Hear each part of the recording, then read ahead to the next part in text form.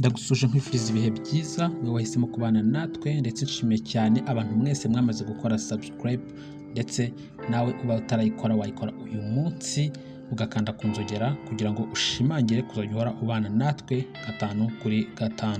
Nakubwira ngo rero niba utarasura ikinyamakuru cyitwa www.kjnews.com waracikanywe cyane ndetse ntabwo nahamya ko ubona amakuru yizewe cyane yuko iki kinyamakuru aricyo cyonyine kibasha kugezaho amakuru yizewe kandi ku gihe.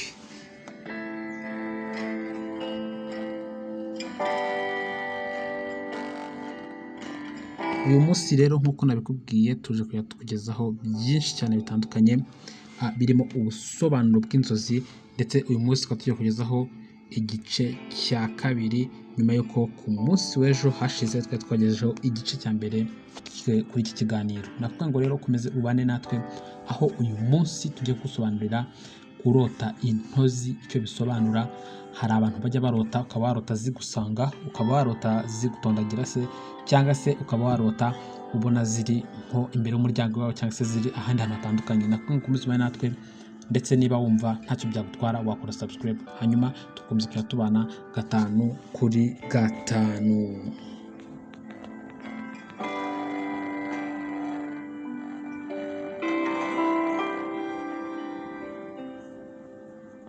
Hanyuma rero abantu benshi cyane bakomeza kugenda bibaza ku kijyanye n'izi nzozi icyo byaba bisobanura kuba umuntu yarota intozi zimutondagira cyangwa se akaba yarota intozi azibona. Ni ukuvuga ngo mu busanzwe iyo umuntu aryamye nk'uko twajya tubigarukaho mu biganiro byose byabanje, si itegeko ko umuntu wese uryamye yibuka ibyo yarose, ariko umuntu wese uryamye igihe cyose ararota. Ahubwo ikibaho ni uko umuntu ashobora kuba yakwibagirwa ibyo yaba yarose, ariko ntabwo bibaho ko umuntu yaryama maze ngo abe yareka kugenda arota. Uyu munsi nyine nk'uko nabikubwiye izi nzozi tugiye gusobanura rero ni uko twajya tubisabwa n'abantu batandukanye batubwiye ko twazabibasobanurira, cyane yuko nawe niba ufite inzozi ujya urota rimwe na rimwe ukumva ntabwo uzisobanukiwe cyangwa se ukumva harimo byinshi utazi, nakuvuga ngo wajya uza ukadusura ukatwandikira muri comment cyangwa se ukaba waduhamagara cyangwa se ukaba wasura ikinyamakuru cyacu cyangwa ukabaza no ku biro byacu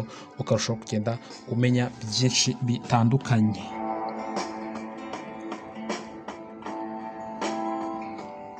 Hanyuma rero iyo umuntu arose bene nk'izi nzozi ukarota intozi, ni ukuvuga ko ya migambi twahoze tuvuga ku munsi w'ejo, imigambi yawe ufite cyangwa se inshuti mubana uba utangiye kumenya ko bamwe muri bo cyangwa se hari abantu barwanya imigambi yawe ufite, ndetse kurota intozi bishatse gusobanuye ko abo bantu babirwanya cyangwa se abanzi bawe batangiye noneho kuza bagusanga cyane. Noneho nk'iyo urose intozi ubona zambuka cyangwa se zambukiranya nk'inzira, ariko nyine ubona for example cyangwa se urugero zibe zambuka ziza iwawe, ni ukuvuga ubu uhita umenya yuko muri ya migambi yawe ufite hari ibintu byinshi cyane izo ndyarya ziri guteganya kandi bitari byiza. Ni ukuvuga ngo izi ntozi akenshi zisobanura ko ari indyarya zikugose, kandi nihuga gutya ntugire ngo indyarya ni umuntu udasanzwe, kuko akenshi hari n'igihe usanga indyarya ari umuntu w'inshuti yawe ya hafi. Rero biba byiza iyo ubimenye ndetse ukarushaho kugenda ubisobanukirwa, kuko bigufasha kuba wagenda uhangana n'ibingibi byose ndetse ukaba wagenda utsinda. Hari benshi cyane rero bakunze kugenda bibaza ngo ese iyo urose izi ntozi ziri kugutondagira bwo biba byagenze gute? Nakuvuga ngo ntujye kure, ukomeze ubane natwe ndetse ugeze ku musozo uraza kuba ugenda usobanukirwa ibintu byinshi cyane bigiye bitandukanye.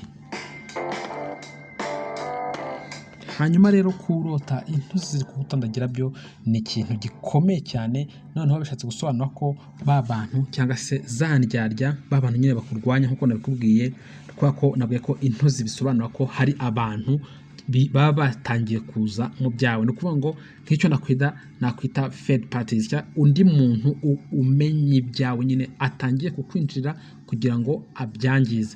Ni ukuvuga icyo gihe rero ikintu biba bisobanuye irose za ntozi ziri kugutondagira, ni ukuvuga yuko noneho ba bantu bavuye kuba bagusanga no kuba bagambira kuba bakwinjirira ibyo ukora, noneho ahubwo batangiye gushaka kuza no kugenda bakwegera.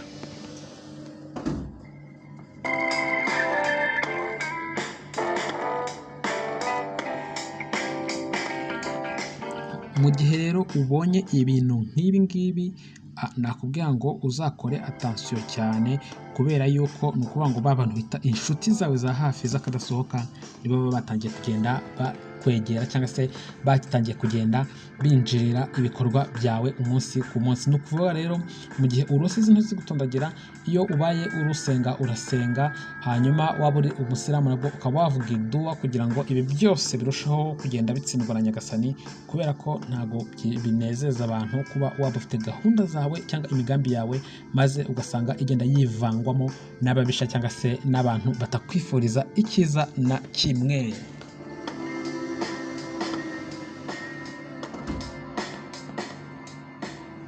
Mu gihe rero ibi byose ukomeje kugenda ubibona, cyane ko hari igihe umuntu abirota agahita ashidukira hejuru agira ngo aha yenda zamwinjije cyangwa zamugezeho, ariko ni nka reve cyangwa se ni nko kugukangura ubwonko bwawe buba bukoze kugira ngo bukumenyeshe yuko ba bantu bita inshuti zawe bakwegereye. Hari abantu benshi rero usanga bagenda bibaza ku nzozi barota, ariko burya igihe cyose cyangwa se nka 99.9% usanga inzozi turota ziba ziri kugenda zitwereka ibintu biteganyijwe haba mu hazaza cyangwa se mu bintu turi kunyuramo muri icyo gihe. Uretse ko hari n'igihe abantu usanga barota inzozi, ariko ugasanga izi nzozi arose zifite aho zihuriye n'ibyo yiriwemo. Ni ukuvuga ngo ariko ntabwo ushobora kuba urota ko izi ntozi zagutondagiye kandi ntaho ugeze uhurira nazo. Ni ukuvuga ngo rero niba hari ibyo wiriwemo ariko ntukabone intozi zibigusanzemo, noneho umenye yuko bya bintu urimo nabyo byatangiye kugenda byinjirirwa n'abantu batakwifuriza ikintu cyiza.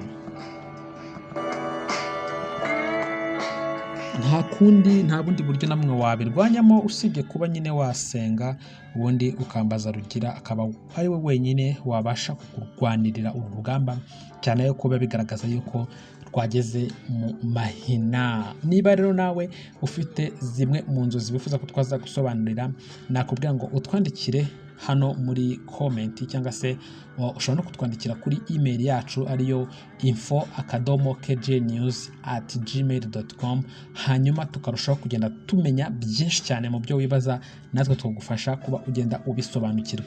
Hari abantu bamwe na bamwe batemera yuko n'inzozi zibaho, kubera ko buri gihe baryama bananiwe cyane birenze urugero, ku buryo n'ibintu byose barose babyibagirwa. Icyo gihe rero nabwo ntabwo biba ari byiza, kuko ntabwo umenya ahazaza uko bimeze, kuko akenshi ibintu mbere yuko bitubaho tubimenya inshuro nyinshi biciye mu nzozi.